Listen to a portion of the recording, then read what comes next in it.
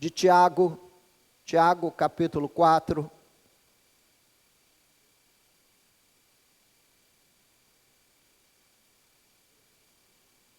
Tiago, capítulo 4, versículos de 1 ao 14. Eu vou convidar os irmãos a fazerem essa leitura de pé comigo. São 4 versículos. Eu gostaria, mesmo do fundo do coração, que os irmãos tomassem atenção, que é um ato de infidelidade a Deus, não percebermos a malignidade que há nesse mundo e a distância que nós, servos de Cristo, precisamos manter desse mundo mau.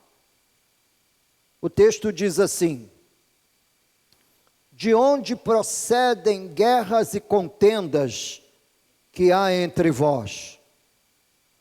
De onde, senão dos prazeres que militam na vossa carne? Cobiçais e nada tendes, matais e invejais e nada podeis obter, viveis a lutar e a fazer guerras, não tendes, porque não pedis, pedis e não recebeis, porque pedis mal, para esbanjardes em vossos prazeres. Infiéis, não compreendeis que a amizade do mundo é inimiga de Deus? Aquele, pois, que quiser ser amigo do mundo, constitui-se inimigo de Deus. Senhor, temos lido a sua palavra, e nessa manhã oramos para que ela cale fundo ao nosso coração e possa penetrar ao ponto de dividir, ó Deus, as juntas das medulas, a alma do espírito. Que a sua palavra seja poderosa para a edificação da sua igreja nessa manhã e para a glória do seu próprio nome. Nós oramos em nome de Jesus. Amém. Os irmãos podem tomar assento.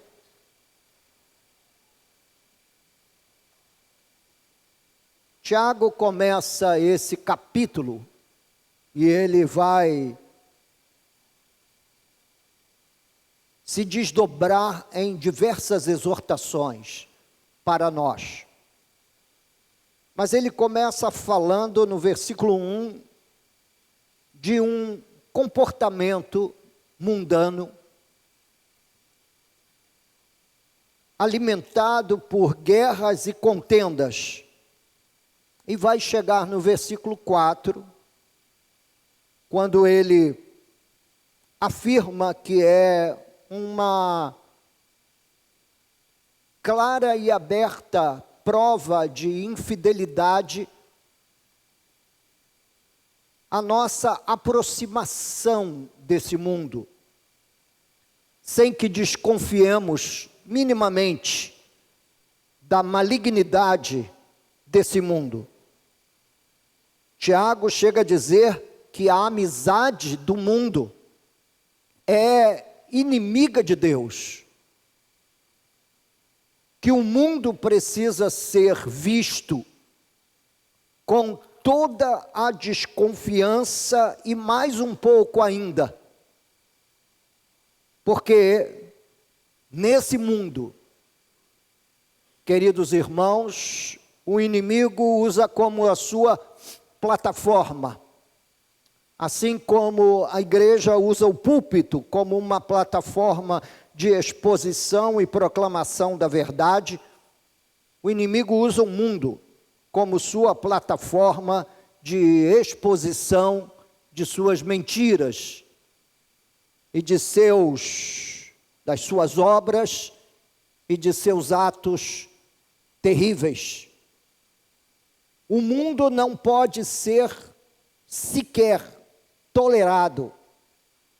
Nenhuma das suas expressões pode sequer ser tolerada pela igreja ou pelo cristão.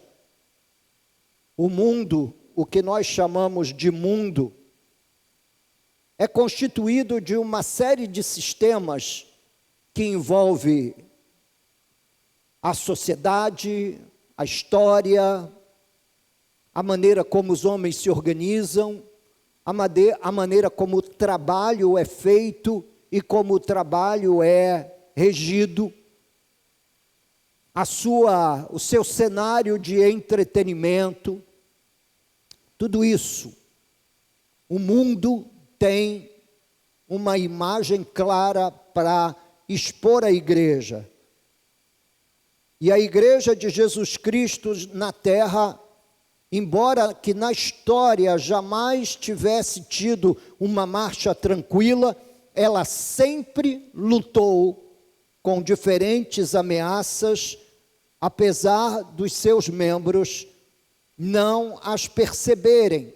Nós, muitas vezes, achamos que estamos num parque de diversão, que nós estamos num parque temático, como a Disney, desfrutando desse mundo sem nenhum tipo de ameaça contra a nossa fé. Outro dia, clubes da Champions League, da Liga da Europa, disputaram jogos da Liga Europeia de Futebol, estampando no número das suas camisetas a narrativa que hoje vai tomando conta da sociedade do movimento LGBTQIA+. Todos jogaram com números coloridos, estampados na camiseta. Isso foi acompanhado pela NBA. Atletas da NBA e clubes da NBA também estamparam na sua camiseta a famosa frase que dá base a todo esse movimento chamado orgulho gay. Alguns atletas cristãos agiram não participando do movimento. Atletas se negaram a ter os seus números estampados na camiseta com as cores do arco-íris, que não é um símbolo LGBT, é um símbolo bíblico. Quando Deus faz a aliança com Noé, ele coloca um arco-íris no céu, que era o sinal da promessa que jamais retornaria a destruir a terra por águas de dilúvio. Na verdade, não há nada neutro nesse mundo. Nem o desporto é neutro. Por trás dessa Copa do Mundo que vai ser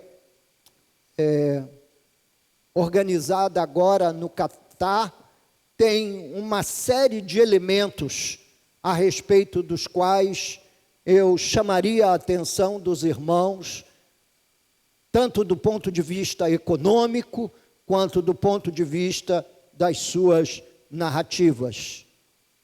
Satanás se opõe à igreja de diferentes maneiras, mas nenhuma é tão eficaz contra a igreja como os processos de mundanização das suas operações. Vocês devem ter já recebido algum convite de alguma igreja para participar de algum movimento chamado gospel nos dias de hoje, que são as festas mundanas religiosamente tratadas por várias comunidades ao redor da cidade. E aí você tem versões gospel de tudo.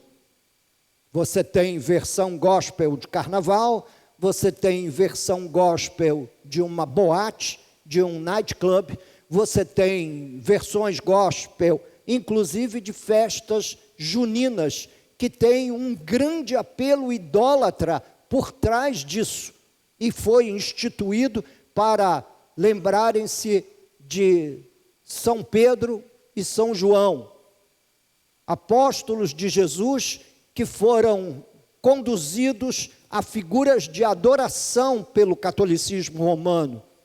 Essa nossa geração, em busca de sucesso e afirmação, vai ficar conhecida na história como a geração que foi iludida pela onda gospel.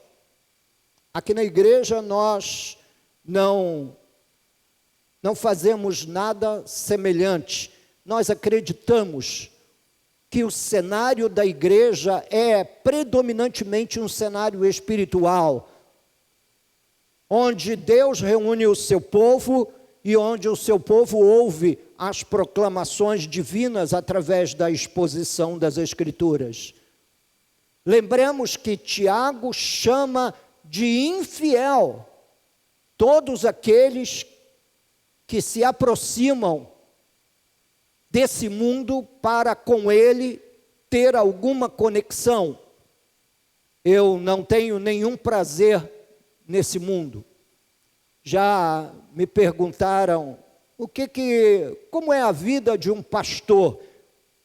E eu digo com muita propriedade, falando de mim mesmo, que sou um pastor talvez um pouco mais obtuso, que pode ser classificado como um pastor quadradão.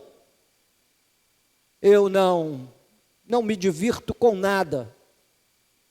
Minha vida é vivida no dia a dia com a minha esposa, cumprindo o que diz a palavra de Deus, vivei a vida comum do lar. É essa a orientação do apóstolo Pedro dada aos homens. Os homens não andam atrás de diversão. Isso não quer dizer que eu nunca sorria. Isso não quer dizer que eu nunca me alegre. Não. Mas olho a cada dia que passa esse mundo com mais desconfiança. No final de semana, sexta, sábado e domingo, eu tenho o meu quarto voltado às paredes dos fundos para uma série de quiosques que reúnem no final de semana gente ao ritmo de pagodes, música sertaneja, e não há nada, escutem-me, irmãos, não há nada neutro nesse mundo. Toda a tendência do mundo é sugar suas energias. Todo o alvo do mundo é encobrir dos seus olhos a glória de Cristo. Todo o propósito desse mundo é de levar você a abrir de forma displicente janelas para a escuridão. Cuidado com essas tais festas pagãs diversas que ganham uma roupagem religiosa, evangélica na igreja, para ver uma aceitação geral, uma adaptação religiosa do espectro mundano.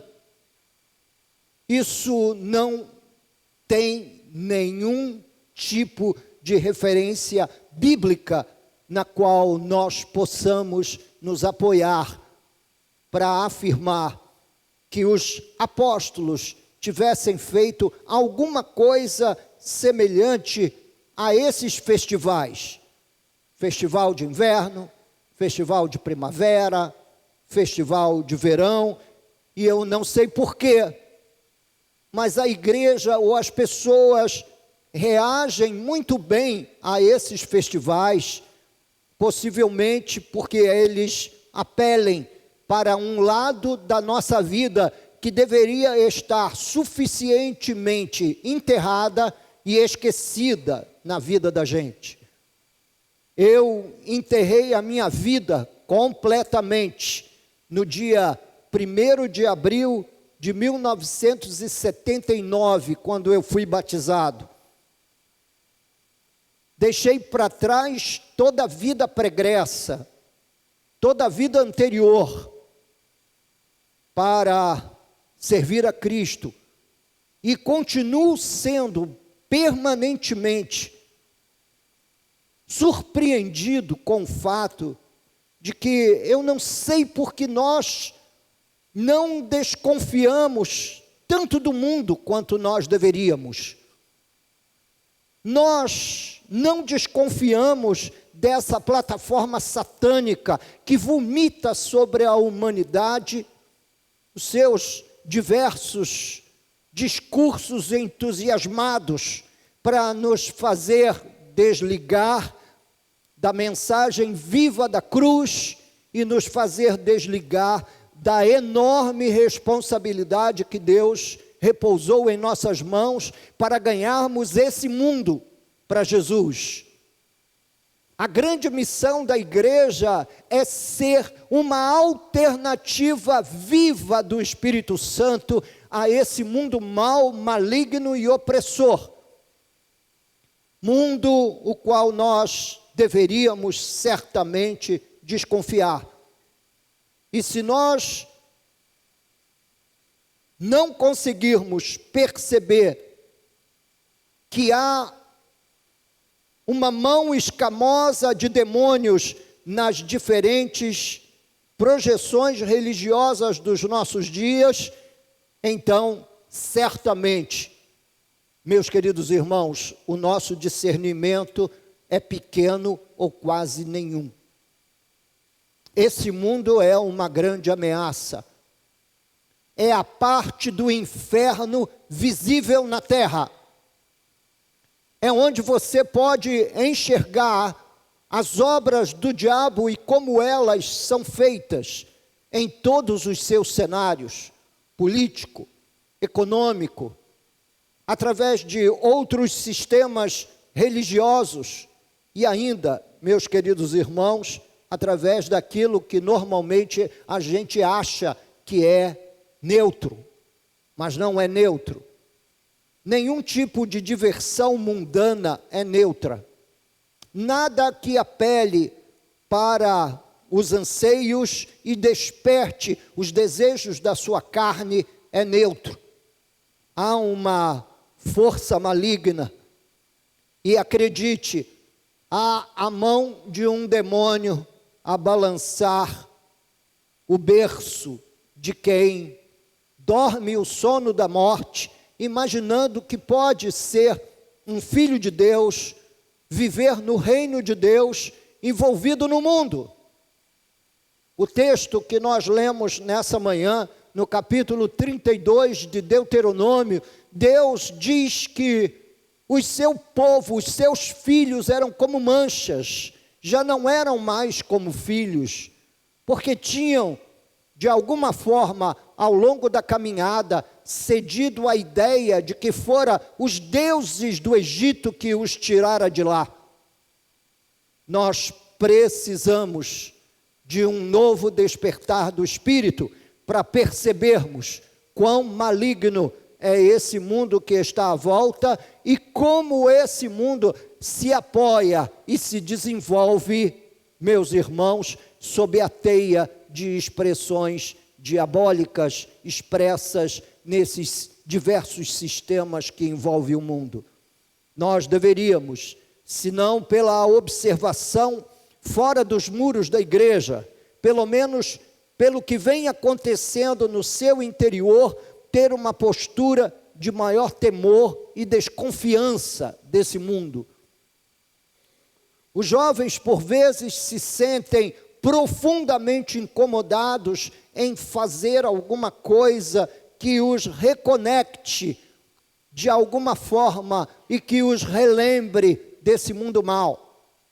como se as coisas deste mundo, meus queridos irmãos, pudesse preencher o grande vazio existencial que há no coração carente dessa raça caída de seres humanos. Esse espaço vazio no seu coração é o perfeito espaço de nosso Senhor e Salvador Jesus Cristo.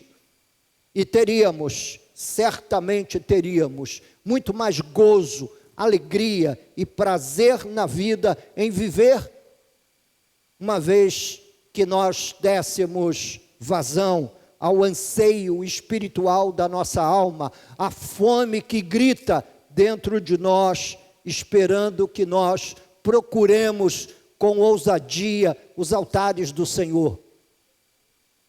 Procuremos com ousadia a presença de Deus.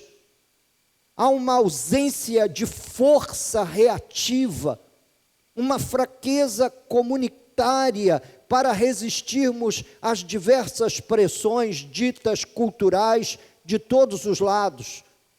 O mundo tem sido insaciável e altamente pressionante da atmosfera da igreja.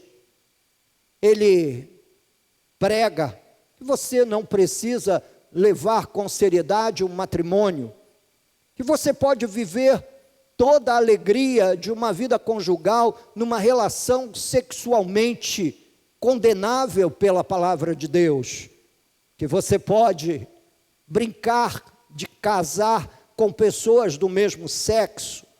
O mundo tem diferentes discursos. A sua plataforma de defesa hoje, meus irmãos, são as universidades, é a classe culturalmente, talvez, elitizada da sociedade ocidental. O fato é que em todo o mundo, por todo o planeta, aquilo que a gente chama de mundanismo vem tomando conta da igreja. E acredite, o avanço do mundo é feroz. O avanço do mundo é com a missão de conquistar o espaço de adoração da sua vida. Um espaço em que aprouve a Deus cultivar e separar exclusivamente para os que são santos. O mundo se manifesta através dessa terrível onda de violência que hoje, meus irmãos, prende grandes centros urbanos e que na Europa estourou numa guerra em que os irmãos não olham e mais talvez não desconfiem, não se trata apenas de uma ação russa contra um país. Toda ordem de organização em nome da paz que foi organizada logo após a Segunda Guerra Mundial está sendo ameaçada. A OTAN está de joelhos diante desse novo eixo de poder que vai se formando. E todas essas expressões estão biblicamente muito bem descritas e documentadas para que nós não olhemos esse estado de violência que está às grandes cidades, esse estado de injustiça que tomou conta da sociedade brasileira em todos os segmentos dos tribunais jurídicos desse país, como também vem tomando lugar nos tribunais e nas mesas de discussões da Organização das Nações Unidas. Além disso, há uma identificação com o pensamento comum deste tempo e com agendas externas que nos impõem uma falta de amor por Deus, por sua igreja e sua palavra. Nós fomos salvos para Cristo. Cristo deveria ser o nosso prazer, o nosso alimento, a luz na qual habitamos 24 horas dos nossos dias.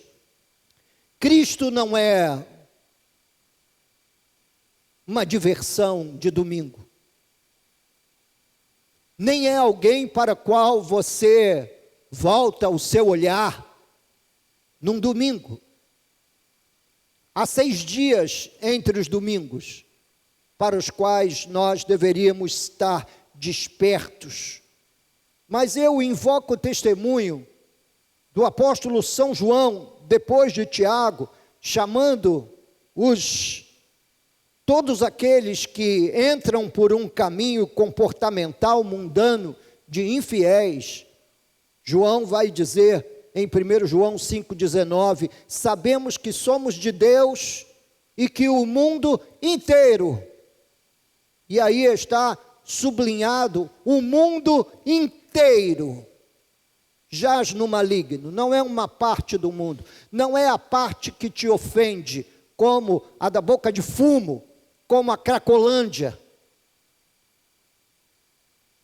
Mas existe, por outro lado, a nível da política, a defesa da descriminalização das drogas e de tornar as drogas como sendo apta para qualquer pessoa comprar num balcão de farmácia especializado.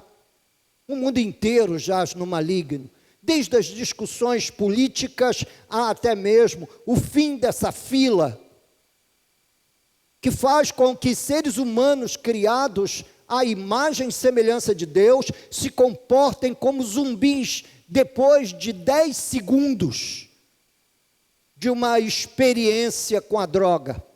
10 segundos. Mas deixa eu tentar traduzir para você o que se trata do mundo inteiro. Os sistemas sociopolíticos e econômicos são mundanos. Nós não podemos deixar de perceber que a Bíblia Sagrada nos adverte que o amor ao dinheiro é a raiz de todos os males. E o que você encontra no mundo que possa fundamentar isso?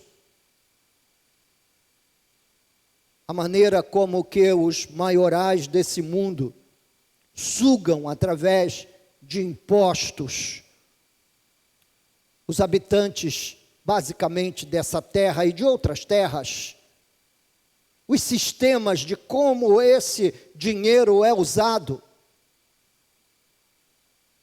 Nós estamos todos os dias convivendo e sendo confrontados pela malignidade desse mundo. Nós encontramos governos inteiros envolvidos em atos de corrupção, denúncias. Há poucas semanas fomos chacoalhados com tráfico de influência capitaneado por pastores. Eu, que tenho uma vida muito distante disso, fico às vezes me perguntando onde essa gente encontra tempo para fazer esse tipo de trabalho e exercício. Eu não tenho uma outra resposta senão foram capturados pelo mundo. Foram capturados pelo amor daquilo que a Bíblia manda a gente ter cuidado. Porque o amor ao dinheiro é a raiz de todos os males. Sistemas religiosos dos mais diferentes, que busca de alguma forma extrair das pessoas o melhor delas e oferecer mentirosamente esperanças vazias de uma vida mais próspera ou de uma vida muito confortável nesse tempo, nessa terra. Todas as esperanças do Evangelho estão além. Nós não somos daqui. Nós precisamos nos comportar como gente que não é daqui. Precisamos ter no nosso coração um anseio, um desejo pelas coisas que são de cima, que estão acima. O mundo se pronuncia através das narrativas anticristãs. A sociedade ocidental nunca foi tão cristofóbica quanto é. Não se pode invocar o nome de Cristo. Você pode citar Buda. Você pode falar de cultos aos ancestrais. Você pode falar de Chico Xavier. E todos esses nomes são bem-vindos em rodas de conversa ou de debates. Mas as narrativas anticristãs estão por todo lado. Alguns anos atrás eu fui convidado pela Unimed Caxias para dar uma palestra sobre suicídio, eutanásia, na sede da Unimed aqui no nosso município. Diversos médicos e médicas estavam na audiência. Eu dividi esse tempo de palestra com um filósofo que falou da morte do ponto de vista filosófico, enaltecendo e levando todos a enamorarem-se da morte.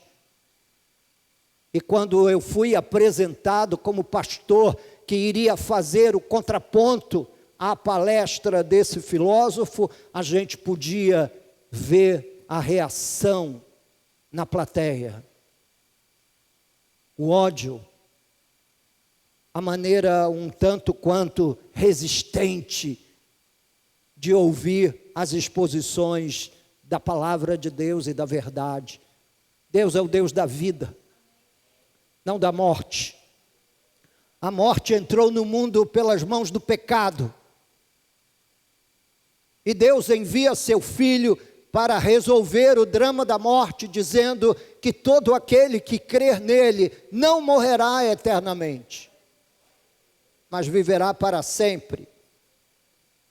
Olhe com muito mais desconfiança as estruturas de entretenimento.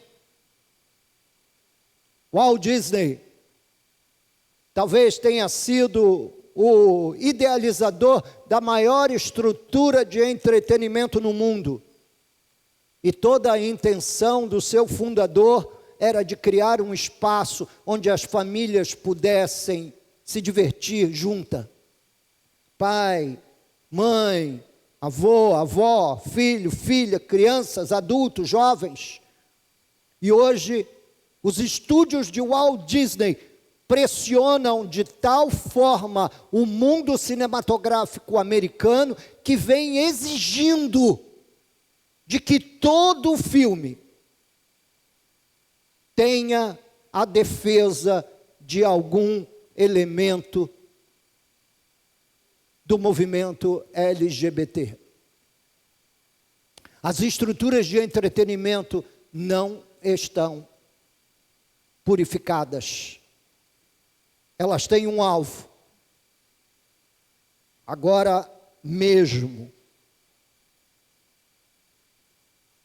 Um desenho animado, conhecido vulgarmente aí pelos pais como Toy Story, tem um dos seus personagens, o Buzz Lightyear, que é um astronauta.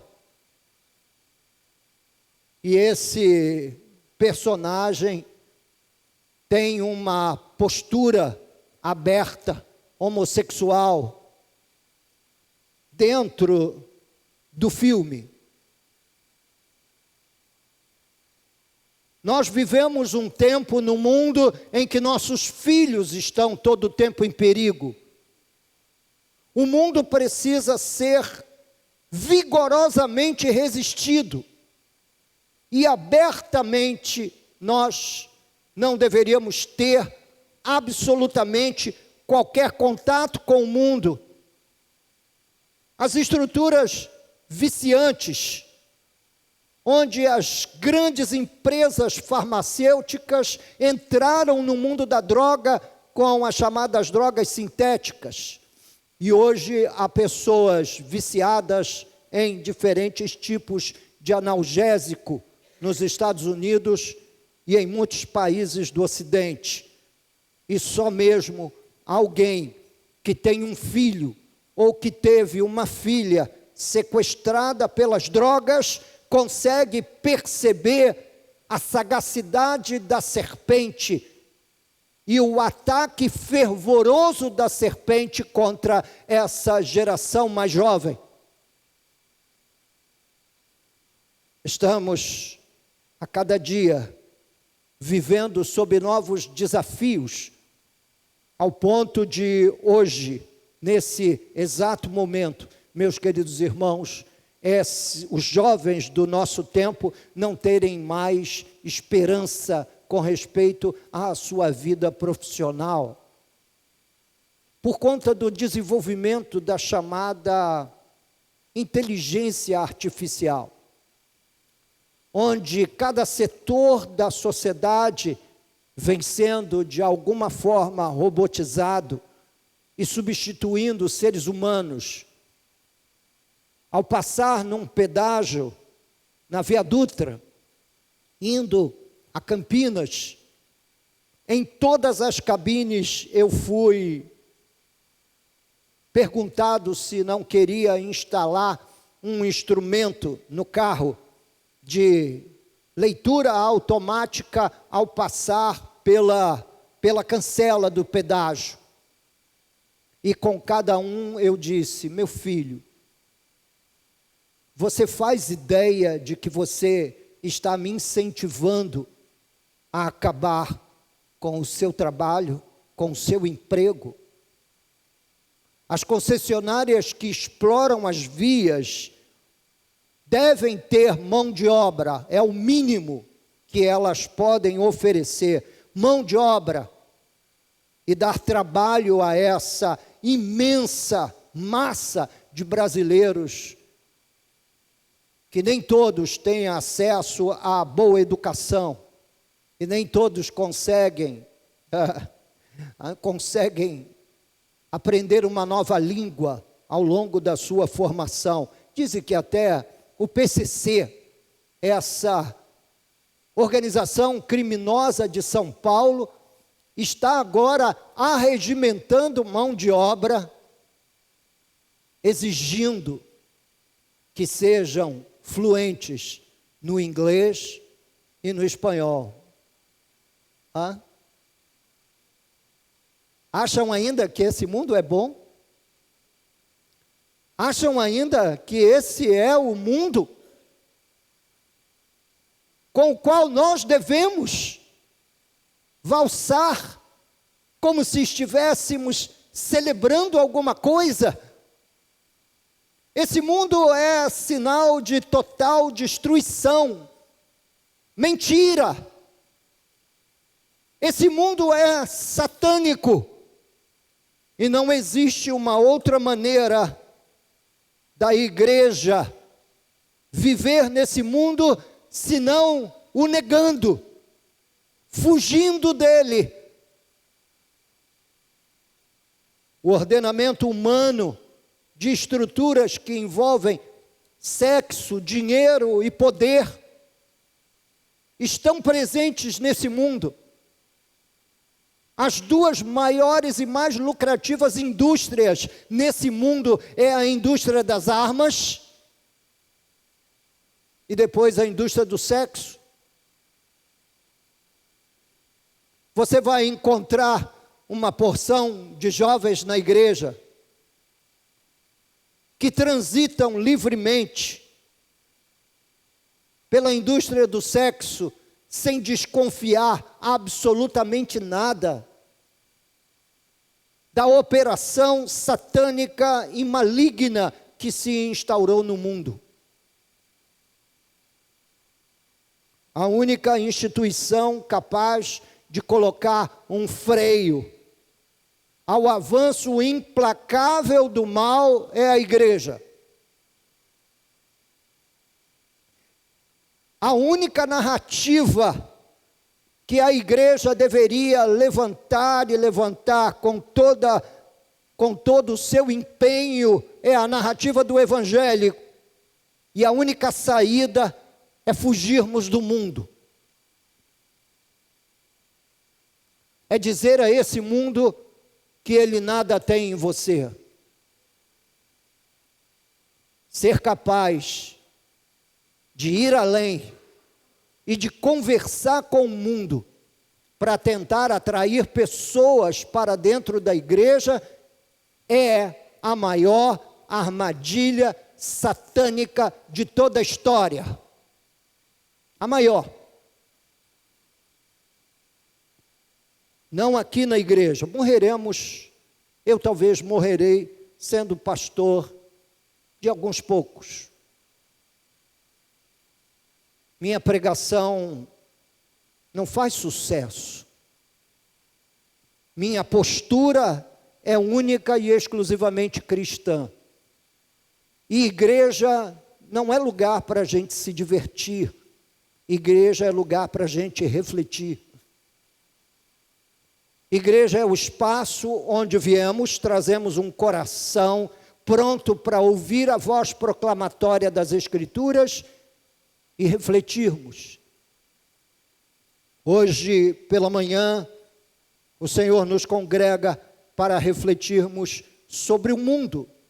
E eu quero levar você para uma experiência muito interessante no livro do Êxodo. A história do Êxodo é bastante ilustrativa para nós. O Egito é um símbolo do mundo. Faraó é um símbolo do príncipe desse mundo. E Deus é o libertador do seu povo desse mundo perverso, tirando inteiramente do mundo. Deus visitou aquela terra, nós sabemos, com juízos diversos expressos através das pragas. A resistência de Faraó foi sendo lentamente minada, enquanto o Senhor exercia seu justo e perfeito juízo sobre Faraó e sobre a terra do Egito, com vistas a libertar o seu povo. Enquanto isso acontecia, eu quero chamar você à observação da reação de Faraó em cada momento em que esse juízo foi derramado sobre o Egito, e mostra como Satanás faz uso do mundo. Deus feriu as águas do Egito com sangue. Depois desse episódio, Faraó chamou Moisés e Arão e disse, em Êxodo 8, 25, ofereceis sacrifícios ao vosso Deus nesta terra. Quer dizer, Faraó queria que o povo de Deus continuasse no Egito.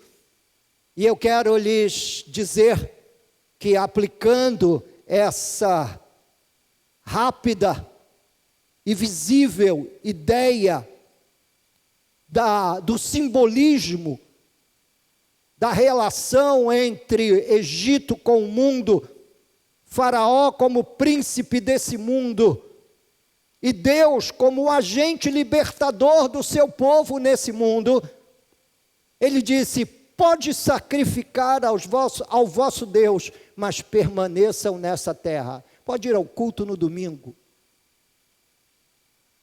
mas sexta, sábado, ao longo da semana, divirtam-se como quiserem. Vão às discotecas, podem ir também aos já conhecidos bares gospel. Irmãos, bares gospel.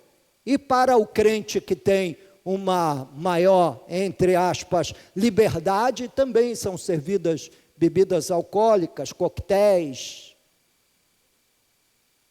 Há uma pista de dança aberta. O que eu denuncio publicamente aqui na igreja há algum tempo, e é para nós uma vergonha as nossas festas. Você é capaz de ir à festa de um casamento cristão e encontrar bar aberto e encontrar uma pista de dança aberta. Em outras palavras, adorem a Deus como quiser, mas não saiam do Egito. Faça seus sacrifícios nesta terra. A técnica e a tática do inimigo continua sendo a mesma. A igreja não pode servir a Deus estranho no mundo. Ela precisa sair. Não podemos permanecer no Egito e oferecermos culto ao Senhor. O plano era para que saíssem do Egito. A proposta de Faraó era: mantenham sua religião e conciliem sua fé com o Egito. As pragas continuaram a ser derramadas sobre a terra do Egito. E lá em Êxodo, capítulo 8, versículo 28, Faraó reage a segunda vez. Então disse Faraó: deixar-vos-ei ir para que ofereçais sacrifícios ao Senhor vosso Deus no deserto, somente que, saindo, não vades muito longe. O diabo não se importa se você é evangélico, desde que você fique dentro das fronteiras do mundo, não importa se no interior ou na periferia. E agora, o que ele estava propondo a Moisés é que eles não fossem muito longe, fosse logo ali, fizessem um culto logo ali nas fronteiras, como se os nossos cultos pudessem de fato ter poder para destruir esses laços malignos, terríveis, nos quais o diabo prende uma multidão nesse mundo mau. Não vades muito longe. Eu não tenho, pastor, eu não tenho vícios. Meu único vício, ou meu único hábito, é fazer isso ou aquilo de vez em quando. Satanás sempre sugere que fiquemos a uma distância estratégica do seu controle. Deixe o mundo, mas não completamente. Ide só ali e ofereceis os vossos sacrifícios a Deus. Quantos já não foram alvos dessas frases? Não sejam radicais, não sejam fanáticos, não vão muito longe. E alguns têm levado a sério essa proposta do diabo, são crentes há décadas dentro da igreja e eles nunca foram muito longe. A fome de Deus é mínima, a relação com as Escrituras é menos do que mínima.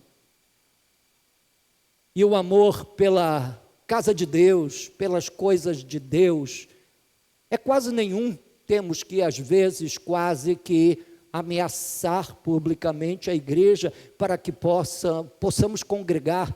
Depois de uma semana inteira de trabalho, congregar, encontrarmos alegria no culto, na adoração, nas estruturas divinas de vida.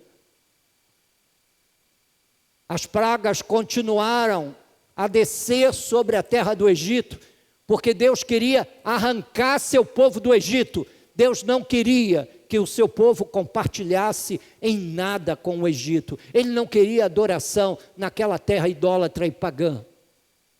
Em Êxodo, capítulo 10, Faraó faz uma nova sugestão, movido à força do juízo de Deus. Não há de ser assim.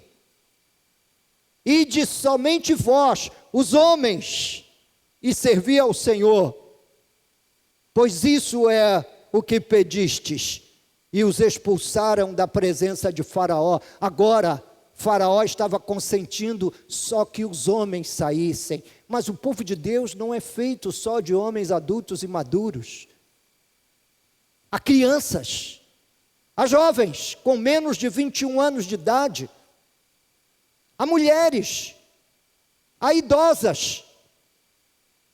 Mas ele queria permanecer com as suas garras sobre os mais jovens. as crianças. Os homens podem ir, seus filhos, suas crianças, seus jovens, seus adolescentes, fiquem. E é o que nós muitas vezes fazemos. Nós vamos servir a Deus. Nossos filhos saberão optar na idade própria a quem eles servirão.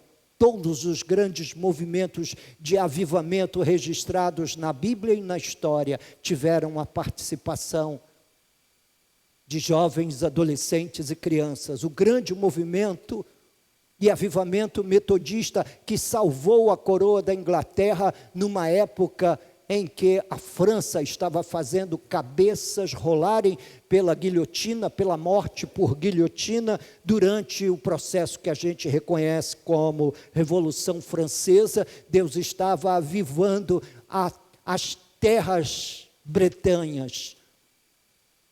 E a gente pergunta, quem estava por trás disso? 3 jovens universitários. Na Universidade de Oxford, 3 jovens. Atenção, jovens. Sabe por que o diabo tem tanta sede de vocês? É porque grandes avivamentos nasceram do coração de jovens crentes. O país de Gales mergulhou num glorioso avivamento, alimentado inicialmente por um adolescente, Christmas Evans, que orava, adolescente. Eu lhe mostro cartas de Jonathan Edwards aos 12 anos de idade, escrita para suas irmãs. Meus irmãos, altamente inspirada pelas Escrituras.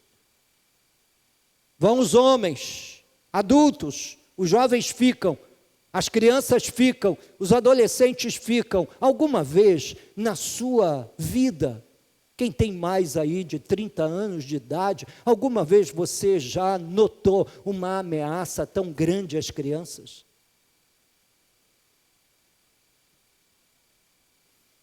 Sai apenas uma parte do povo. Não, a igreja precisa sair toda, não somente os homens, mas mulheres, velhos, crianças, adolescentes, jovens, todos precisam abandonar o mundo. Faraó queria continuar a exercer domínio sobre a próxima geração, sobre mulheres e crianças. No capítulo 10, ele faz uma outra proposta no verso 24.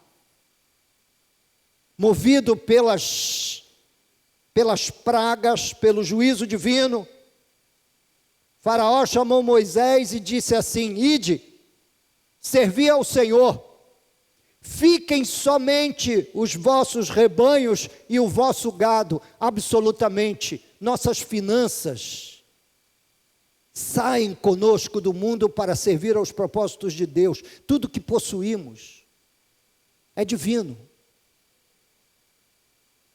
Não vai ficar nada nesse mundo, nada. As vossas crianças irão também convosco, vocês vão, os vossos bens ficam. Deus disse não. E aí impôs a última praga, que nós sabemos que foi a morte dos primogênitos, onde ele foi vencido pelo fato de conhecer que o Deus de Israel era Senhor da vida e da morte. Satanás quer também, além de tudo, aprisionar os nossos bens sob o seu domínio. Precisamos sair do mundo com os nossos bens, e tudo que somos e temos precisam sair conosco para o serviço do Senhor. Em Êxodo 10, capítulo 22, diz que então, naquela mesma noite, Faraó chamou Moisés e Arão e lhes disse: levantai-vos, saí do meio do meu povo, tanto vós como os filhos de Israel, ide, servi ao Senhor, como tendes dito. Verso 32, levai também convosco vossas ovelhas e vosso gado, como tendes dito, ide-vos embora, e abençoai-me também a mim.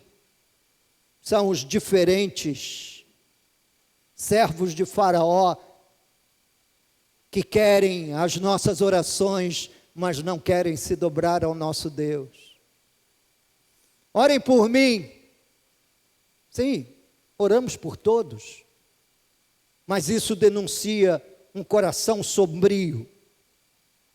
Devemos sair do mundo, levando conosco nossa casa e nossos bens. Nada devemos deixar para trás, nada deve permanecer sob o domínio do príncipe desse mundo. Precisamos ter consciência de que Deus não deseja nos compartilhar com o mundo. O escape deve ser completo. Assim, amados, eu termino o sermão dessa manhã. Ainda teria que elaborar mais alguns textos com vocês, mas estamos já avançados no horário. Mas quero ler 1 Coríntios capítulo 1 e versículo 20. Onde está o sábio? Onde o escriba? Onde o inquiridor deste século? Porventura, não tornou Deus louca a sabedoria do mundo? Nós vivemos uma época de muitos inquiridores. Nós vivemos uma época de muitas opiniões. E o que Deus chama esse volume enorme de perguntas e de opiniões, Deus chama de louca. A sabedoria desse mundo é louca. A grande narrativa capaz de nos salvar desse mundo é a narrativa do Evangelho. O argumento de Paulo é que tudo que o mundo julga ser sábio, na verdade, é loucura. E eu termino. Cuidado. Não se deixe vencer pelas lógicas que se impõem ao mundo. Não se deixem prender por elas, mas antes quebrai todas as possíveis alianças e conexões que os irmãos tenham com o mundo, ou com o mundo das trevas e da escuridão. Eu me lembro de uma senhora que chegou na igreja em Joanesburgo,